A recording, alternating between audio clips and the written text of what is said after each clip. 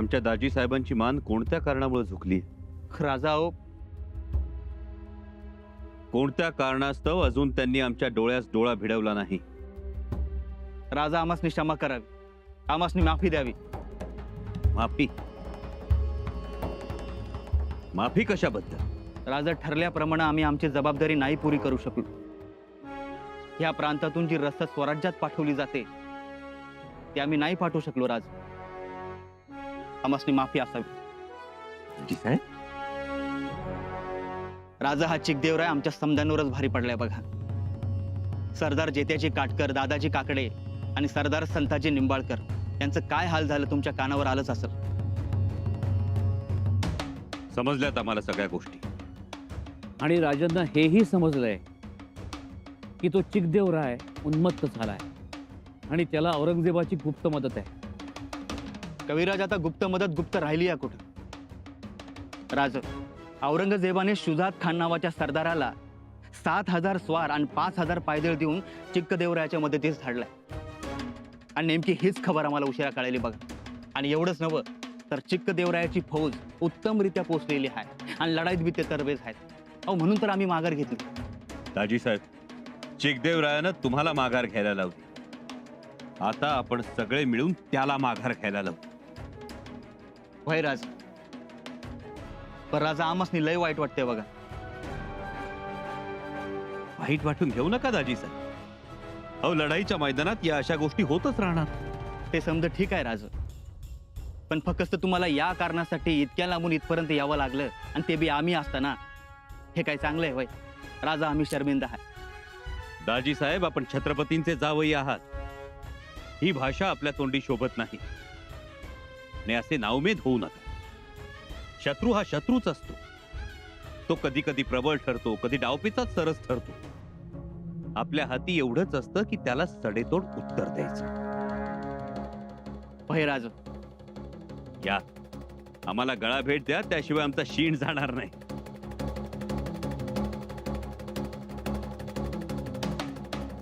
आता बरं वाटलं आम्हाला. आणि त्या चिकदेवरायाची अजिबात चिंता करू नका. आपल्या सरदारांना, आपल्या फौजेला दिलेल्या त्रासाबद्दल त्याला सबक शिकवल्याशिवाय आम्ही काही रायगडी परत जात नाही. होय राज. आता दुप्पट उत्साहानं कामाला लागा. राज, राजन, ह्या सगळ्यात एक आनंदाची बातमी द्यायची आहे. बसप्पा नायकाची फौज संध्याकाळपर्यंत तळावरती येईल. उत्तम. आणि एक यादी द्यायची होती. आपण आपले चुलते एकोजीराजे भोसले ह्यांना एक पत्र लिहिणार आहात.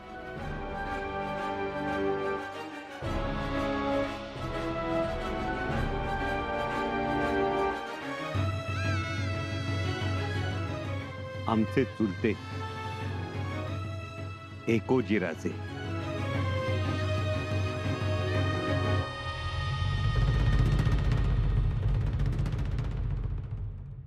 राजा, बाण.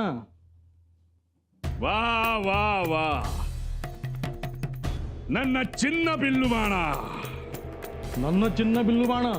ರಾಜಾ ಚಿಕ್ಕದೇವ ಚಿನ್ನ ಬಿಲ್ಲು ಬಾಣ.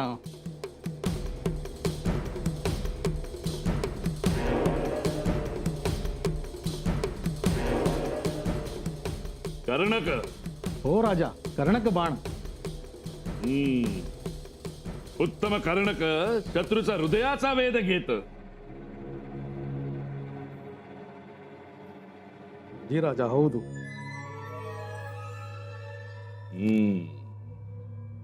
अर्धचंद्र.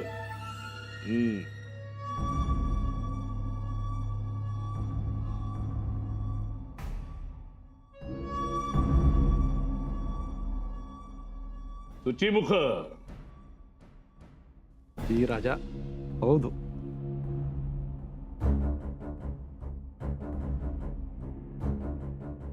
गोपुछ. हौದು राजा. परंतु आलेल्या संकटासाठी हे एवढे बाण पुरेसे नाहीत. मग राजा, आणखीन वेगळे बाण करा तयार. आणखी वेगळे? आणखीन वेगळे करा तयार बाण. आणि फक्त बाण नाही, धनुष्य पण करा तयार. बाणाचे प्रकार तरी सांगा, ಹೇಳಿ. नाराच बनवा बाण. चला चला का दंडासन हे सुद्धा बनवा बाण. हे बाण खूप तिखट. आणि धनुष्य साधे धनुष्य नको. त्या संभाजीच्या फौजेस ठार करायचे असेल तर आपल्याला लागेल कोदंड. कोदंड. ओ दंड. धनवन झाडापासून बनवा आरंभिका. धनवन झाडाचं लोकड. हौदू. त्या धनवन झाडाचं कोदंड खूप दूरवर बाण सोडत. अधरिंदा अधरिंदा धनवन. नंद दृष्टी गरुड दृष्टी. वजीर आला, ये राजा चिक्कदेव राय है. जी जिले सुबानी. वो कोई मामूली सूरमा नहीं है, वो सूरमाओं का सूरमा है और हमें उसकी शमशीर पर फख्र है. जी जहांपना, बहुत बातें सुनी है चिकदेव राय की. वजीर आला, जैसा सुना है हूबहू चिक्कदेव राय बिल्कुल वैसा ही है. सूरमा तो है ही मगर बिल्कुल बेखौफ. चिक्कदेव राय और किसी से खौफ खा जाए वो इस मिट्टी का बना ही नहीं. बिल्कुल. वो संभाजी से डरता नहीं. संभा के हर सरदार को तिनका समझता है. वाह, कैसा सूरमा होगा ना ये, जिसके आगे बड़े से बड़े सूरमाओं की तरतीब चलती नहीं, जिसके आगे हर एक हिम्मतबाज की हर चाल कारगर नहीं होती. वाह. जी जहांपना. वो संभा के खिलाफ है, यानी संभा का दुश्मन, मतलब दुश्मन का दुश्मन यानी हमारा दोस्त. वाह, ये बस अल्लाह ताला की नियामत है और मेहरबानी है. एक काम किया जाए, जो हुक्म जहांपना. उसे खलीता भेजा जाए. खलीता आलमगीर औरंगजेब की तरफ से कि संभा के खिलाफ जो जंग वो लड़ रहा है उसके लिए मुगलिया सल्तनत की जो मदद चाहिए उससे मिलेगी. मुगलिया सल्तनत की तरफ से हर मुमकिन मदद मुहैया की जाए उसे. आपका हुक्म सर आंखों पर जहांपना. मगर एक शर्त. शर्त. शर्त आलमगीर औरंगजेब की. क्या शर्त होगी? शर्त ये कि संभा पकड़ा जाए जिंदा. हमें संभा जिंदा चाहिए किसी भी कीमत पर. संभा जिंदा और सिर्फ जिंदा. जिंदा ही क्यों जहांपना? काफर को मार दिया तो अच्छा होगा. नहीं वजीर आला, हमें संभाजी जिंदा चाहिए. बहुत लंबे चौड़े हिसाब तय करने हैं उसके साथ. जिंदा पकड़ा जाएगा तो एक एक करके हर हिसाब चुकता करूंगा उसके साथ. तब तो मजा आएगा खेल में. महाराज, औरंगजेबाचा आणखी एक खलिता लवकरच चिकदेवरायकडे जाईल. त्यात त्यानं असं सांगितलंय की तुला हवं ती देतो, पण शंभूराजेंना जिवंत पकडून दे आम्हाला. राजन, त्या खलित्यामुळं तो चिकदेवराय अजूनच उन्मत्त आणि उर्मट होणार आहे. अहो, तो तर हायच उर्मट. आणि आता तर त्याच्या क्रूरपणाचा कळस झालाय राज.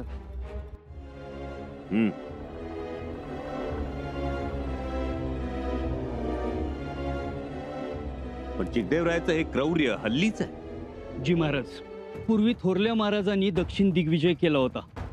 तेव्हापासून यो मराठ्यांना लय घाबरून होता.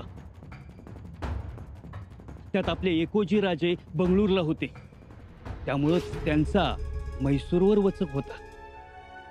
हो, तेच झालं ना. अहो, एकोजी राजांनी आपली राजधानी तंजावरात काय हलवली, याला तर अख्खं रान मोकळं झालं आणि तो बेकाबू झाला. अहो, त्यांनी एकेरीच्या, मधुरेच्या आणि रामनाडच्या राजाचा सुद्धा पराभव केला. आणि एवढंच नव्हे, मधुरेचा राजा चोखनाथाचा त्यानं विश्वासघातानं खून केला राजा. पण आम्हाला एक समजत नाही की एवढा मस्तवालपणा आला कुठून. मदुरेचा राजा, रामनाडचा राजा ठीक आहे, पण चैताजी काटकरांसारख्या आपल्या पराक्रमी सरदाराचंही या चिकदेवरायासमोर काही चालू नाही. राजा, खरं तर आमची जेब रेटत नाही, पण खरं सांगतो, जेताजी रावांना लय हाल करून मारलं बघा. अहो, त्यांचा हात पाय कान नाक कापून भुताकेतांना उतारा म्हणून टाकून दिलं. हुतात्म्यांना संतुष्ट करण्यासाठी. आणि ही खबर आपण आम्हाला आत्ता देत आहात. हाल हाल करून मारलं हे इतके दिवस का लपवून ठेवलं? खरं तर राजा ही गोष्ट आमच्यापासून पण लपून ठेवण्यात आली होती. नाही म्हणजे ही खबर आम्हाला उशिराच कळली बघा. तो चिकदेव राय लय तरबेज आहे महाराज. त्यांनी दादाजी काकडेंचा गळा चिरून त्यांच्या रक्त भरल्या मस्तकाची मिरवणूक काढली.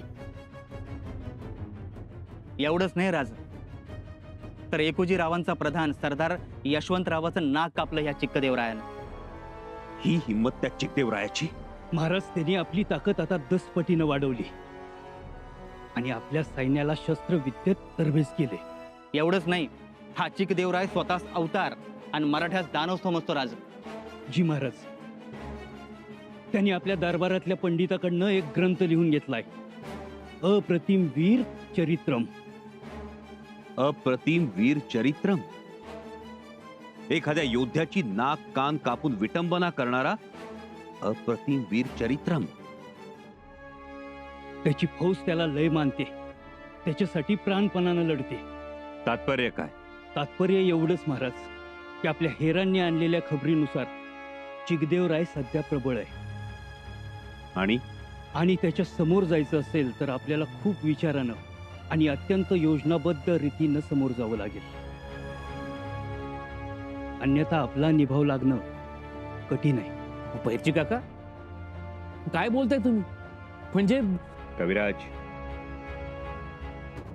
खबर सांगणं हे बहिर्जी काकांचं काम आहे.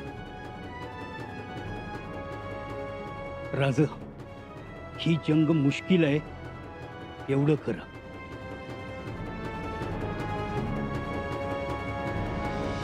मातोश्री राजे पोहोचले.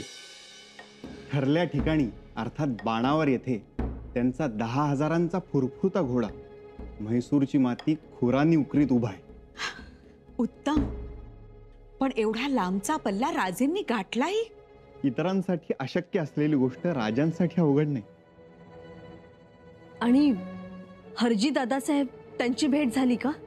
जी राणीसाहेब, राजांचा निरोप पोहोचताच सरदार हरजीराजे तातडीने राजांना भेटायला गेले आणि ते सुद्धा फौजबंद होऊन. छान. म्हणजे आपली चिंता मिटली. हो, आता आपली चिंता मिटली आणि त्या चिकदेवराय राजाची चिंता सुरू झाली.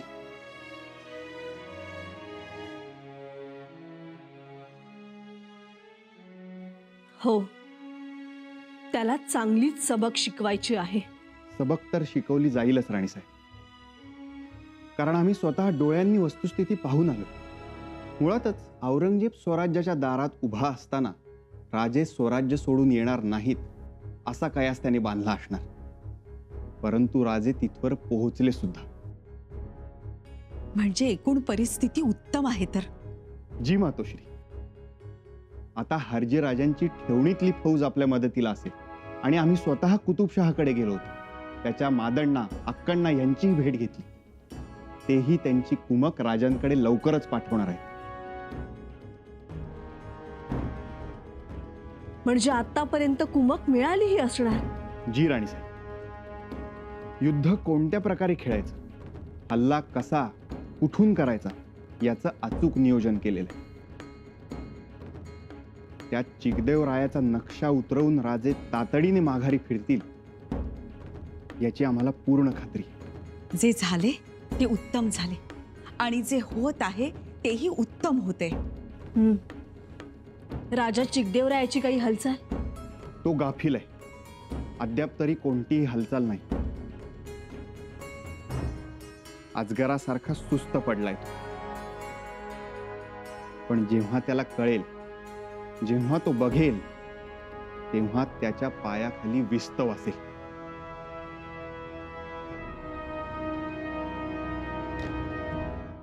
राजा राजा राजा महाराजा,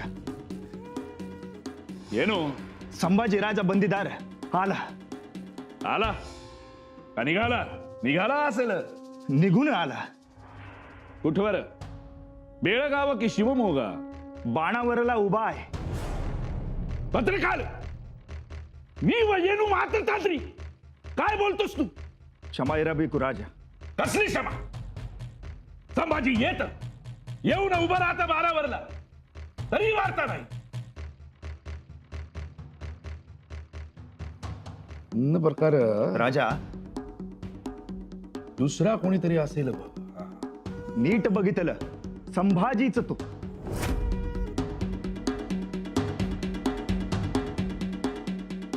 संभाजी संभाजी. वेगे वेगे आला फौज घेऊन. जी राजा. अंद्रे घाई आहे त्याला. राजा आता काय करूयात? लढाई लढाई करायची आणि हरवायचं त्याला. संभाजीला हरजीरावांची फौज मिळाली एकोजी राजा मिळाला नाही. मिळेल. संभाजी आपली ताकद वाढवेल, पण नन्ना हे सरू चिकदेव चिकदेव म्हणतात मला. नन्न दृष्टी गरुड दृष्टी.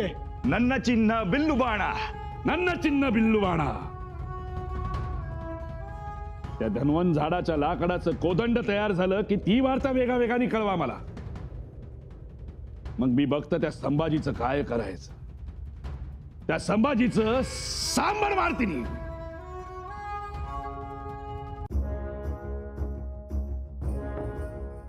चिकदेवरायाला शह देणं अत्यंत गरजेचं आहे.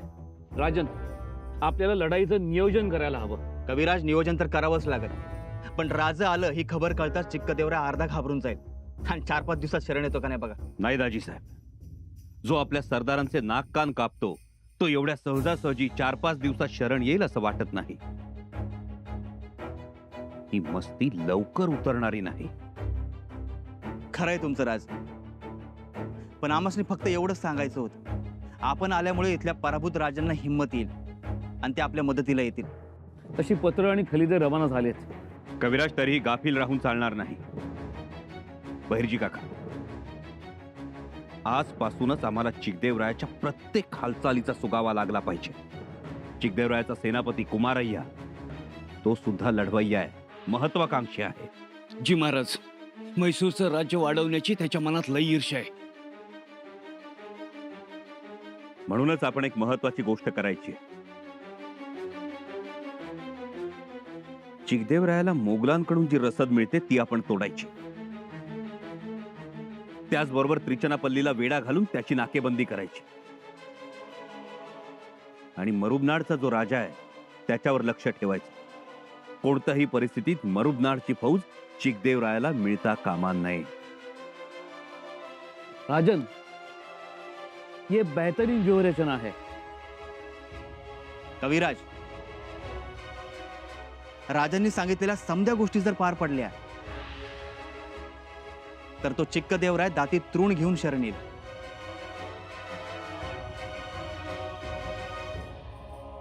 चिकदेवरायानं आपल्या वकिलाला अपमानित करून निरोप पाठवलाय.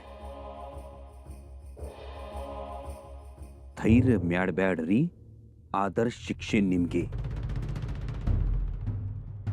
हिम्मत कराल तर शिक्षा करू. आता आम्ही हिम्मत केलीये.